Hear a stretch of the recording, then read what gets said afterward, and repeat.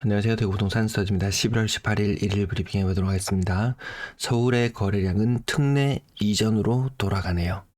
충격의 분양권 매물. 제가 좀 누락시켰던 부분들이 있는데 그것들을 하나둘 찾다가 저는 충격을 받고 말았어요. 서울의 아파트 거래량 10월달 지금 거래가 96% 정도 진행된 것으로 보이는데요. 현재 거래량이 2175건입니다. 특례 이전과 특례 이후, 특례가 시행되고 나서 2월의 거래량은 2362건으로 뛰어올랐어요. 그래서 지금은 특례가 시행되고 난 2362건 이전의 거래량으로 마무리될 확률이 높습니다. 11월의 거래량은 얼마나 더 충격적인가요? 현재까지 11월 18일까지 365건의 거래가 신고되었습니다. 같은 기간 대구는 476건의 거래가 신고되었습니다. 서울의 거래는 더 충격으로 갈 수밖에 없을 것이다. 대구가 영향을 받지 않을까요? 대구가 서서히 하락하던 무렵 서울이 하락의 직격탄을 맞았어요. 거래량의 감소를 보여줬어요. 그것이 대구로 다시 전이가 되었어요. 물론 지금 서울과 견주어 봤을 때 조금 상황이 낫다고 볼 수 있는 부분은 서울은 그나마 반등이 대구보다 한 2배 정도는 더 센 느낌이었어요. 그나마 위안을 삼을 수 있는 부분. 자, 매도 물량은 지금 공식대로 이루어지고 있습니다. 어제 이어서 오늘까지 상승하면서 38,300건 계속 전월세 물량도 같이 상승하는 패턴을 보여주고요. 미분양 물량이 지금 10,000건이 넘어가는 상태로 있는데 이거 계약금 아마 5% 10%만 내면은 미분양 숫자가 팍팍 줄어들어요. 근데 그마저도 하지 않는다라는 거죠. 나중에 계약 취소해 준대요. 이자까지 막 5% 이 정도로 준대요. 그런데 안 하는 거죠. 나중에 어떤 불확실성을 떠안아야 할지 모르겠습니다. 분양권 매도 물량 조금씩 증가하나 싶었는데요. 지난주에 4,178건에서 이번 주에 4,513건으로 조사가 되었어요. 제가 네이버 부동산에서 동네를 하나하나 찍어요. 완전히 이건 노가다 수작업입니다. 제가 그동안 좀 누락되었던 부분, 신기동, 용계동 이런 것들이 누락되었다가 다시 동네를 찍어보니까 분양권 매물들이 많이 나와 있더라고요. 노원동 일가, 읍내동, 침산동도 있었나? 네, 침산동, 칠성동 2가 뭐 이런 식으로 몇 개의 동네들이 자꾸 추가가 됩니다. 기산동도 한 건, 그리고 수성구는 두산동에 36개의 매물이 보였고요. 뭐 이런 식으로 매물이 숫자를 세다 보니까 전주 대비 335건이나 늘어났어요. 이게 왜 충격이냐? 분양권이 가장 많았던 시기에 4,536건의 분양권 매물이 있었어요. 지금 입주가 올해 들어서 2만 개 이상 이루어졌단 말이에요, 벌써. 그럼에도 불구하고 매물의 개수가 오히려 더 많이 늘어나고 있다. 살벌하게 많지 않습니까? 4,513. 이것은 2023년 올해 남아있는 이제 한 6,000개, 7,000개 남았나요? 내년에 2만 개, 3만 개, 한 4만 개의 매물 중에서 아직까지 전매 해제 안 된 부분도 좀 있지 싶은데요. 대략 한 4만 개의 매물 중에서 4,500개가 나와 있다. 10% 정도가 매물로 나와 있다. 이렇게 보면 되는 거 맞나요? 근데 입주가 임박하면 임박할수록 매물은 훨씬 많이 나옵니다. 한 2년 전쯤에, 지금은 이제, 벌써, 그때는 분양권으로 조사되었던, 어딘가요? 수성구, 상동, 중동?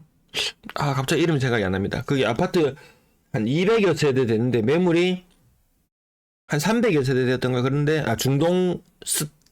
생각이 안 납니다. 죄송합니다. 어떤 매물이, 전체에 있는 것 중에서 한 30% 정도가 매물로 나오든가 입주가 임박할수록 매물로 더 많이 나오는 경우가 있더라고요. 지금 분양권 상태에서 아닌 것으로 전환이 되기도 하지만 입주가 임박하는 물건들이 나오면 나올수록 더 많이 나올 수밖에 없다. 23년에 입주하는 아파트들일수록 이 대출 문제도 좀 걸리는 부분들이 있을 거예요. 그 부분은 뭐 해당되시는 분들이 직접 찾아보시면 되겠고요. 아무튼 분양권 매물이 최고 수준으로 올라와 있다. 분양권 거래량도 야금야금 줄어드는 모습 보셨을 거예요. 매수 심리 나아지지 않습니다. 거래량 오늘 63건, 제가 여기 기록을 해놨었는데, 64건. 어제 숫자가 나타나 있었네요. 64건의 거래량 중에서,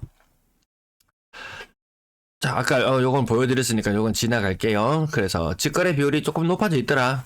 근래 거래 한창 잘 될 때, 대출 잘 나올 때에 비해서 조금 줄어들어 있더라. 그리고 요거는 수정했습니다. 자, 어느 기준으로 수정했느냐? 자, 9월달 방송 기준으로 요 날짜 대비 최종 거래량 남아있는 날수가 똑같거든요. 요 날짜 기준으로 이렇게 해보니까 와, 뭐 2,000건을 넘었을 것이다. 그 게시글에 있다 그래 제가 말씀드렸죠. 2,000건에 어떤 모 하락론자가 1,800건이라고 주장하고 있는데 거래량이 2,000건을 넘어서지 않을까요? 이렇게 했는데 2,000건을 넘어서지 않고요. 요건 주간 브리핑 통해서 시뮬레이션 종종 해서 보여드리고 있습니다. 서울의 거래량 감소 우려스럽거든요. 제가 지금 주간 기준으로 요거 430건으로 시뮬레이션 하는데 얼추 맞지 않나요? 보십시오. 요거 413, 요거 430대 413 부족한 부분 20빌 요구하면 얼추 430이에요. 제가 다음 달은 브리핑을 400으로 줄일 예정이에요. 주간 예상을. 그러면 거래량은 아무튼 줄어드는 추세에 있다는 것. 좋지 않다는 것. 서울 거래량 보고 무척이나 충격을 받지 않았을까 싶습니다. 둘이 센트레빌. 이거 엄청 비싼 아파트였어요. 갑자기 그 사단이 났죠. 시청 뭐 이런 이슈가 터지면서 엄청 이 근처에 정말 황당했습니다. 거기가 감삼내 거리던가. 여기 감삼내 거리 있고 여기 시청이 들어선다 그러고 여기 아파트 단지 있고 동부 무슨 이런 아파트 있잖아요. 여기에 정말 오랫동안 분양 사무소가 있었어요. 막 계속 미분양이고 이런 상태였습니다. 시청 이슈 터지자마자 바로 시마이 막 그런 일이 있었죠.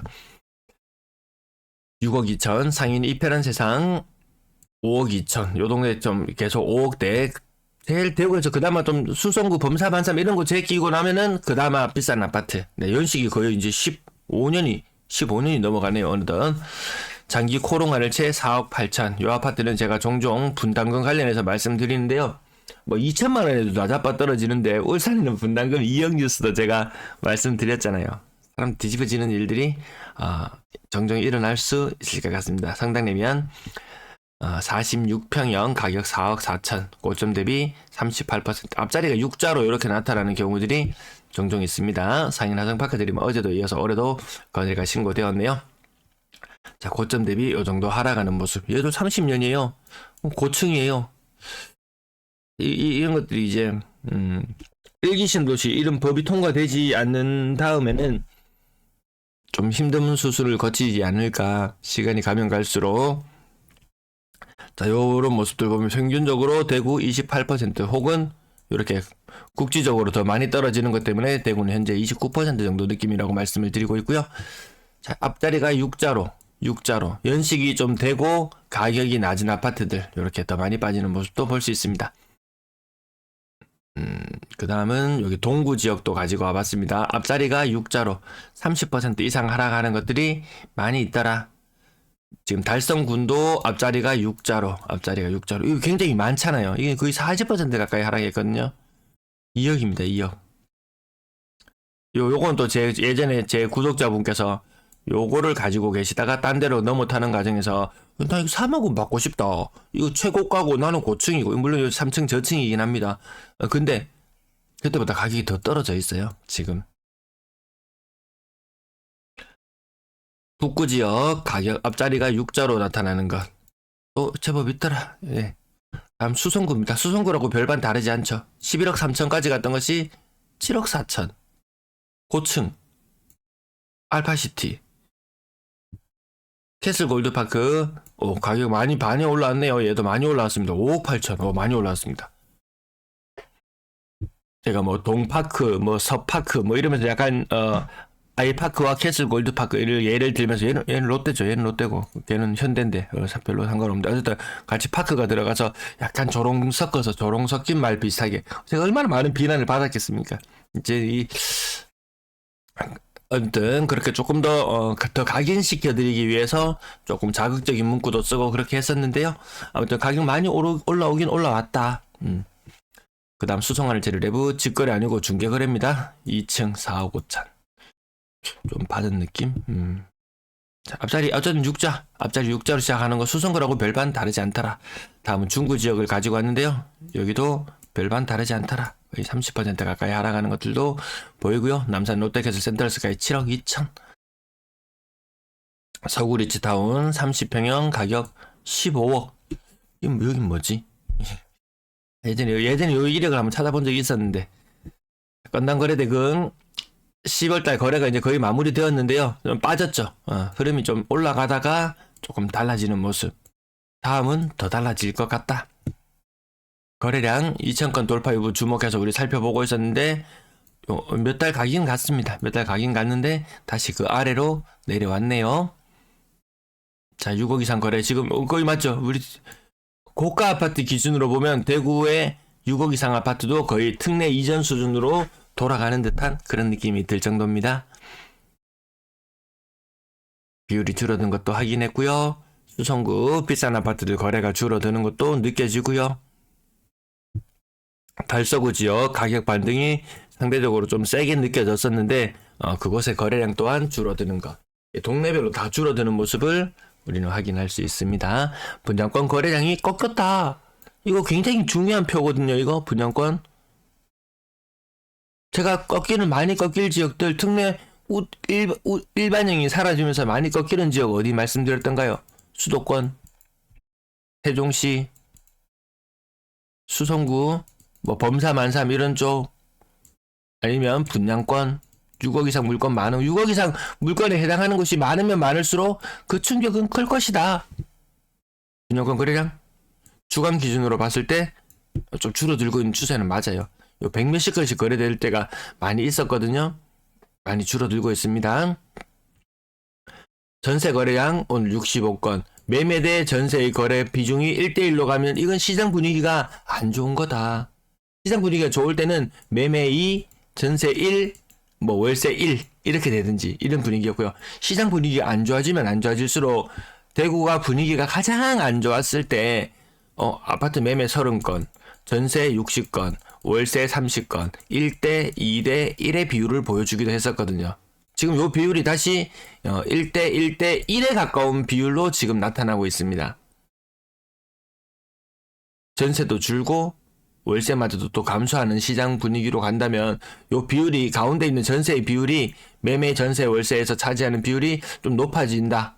매매 거래가 좀 줄어든다. 시장 분위기가 좀 위축되고 있구나. 매매 전세 월세에서 매매가 차지하는 비중이 높아질수록 시장 분위기는 나아지고 있었더라는 것도 우리는 경험칙을 통해서 알 수 있었던 그런 시간들이었던 것 같습니다. 전세 거래는 계속 400건 이상 450건 정도 맞죠? 요 수치만 놓고 봐도 매매 430건 주간 기준으로 전세는 450건 정도 수준으로 이루어지고 있으니까 지금 1대 1의 비율이 맞죠?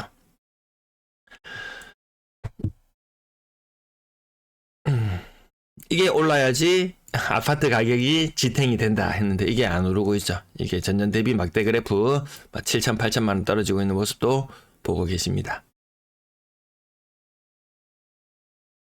요 메아리 치는 요 현상으로 요것이 일부 올라가는 것처럼 느껴지는데 요것 또한 떨어질 수밖에 없다라는 부분 말씀드리죠. 계속 요거 비싼 아파트 전세 가격 매매 가격 영향을 받을 수밖에 없다는 부분도 계속해서 말씀드립니다. 서울도 이런 현상이 일시적으로 나타나고 있는 것이 아닌가. 그랬다가 재차 하락한다면 오히려 집값을 방어하고자 했던 그 논리가 집값의 하락의 논리로 둔갑할 수도 있겠구나 라는 것을 생각해 봅니다. 오늘도 시청해 주셔서 감사합니다.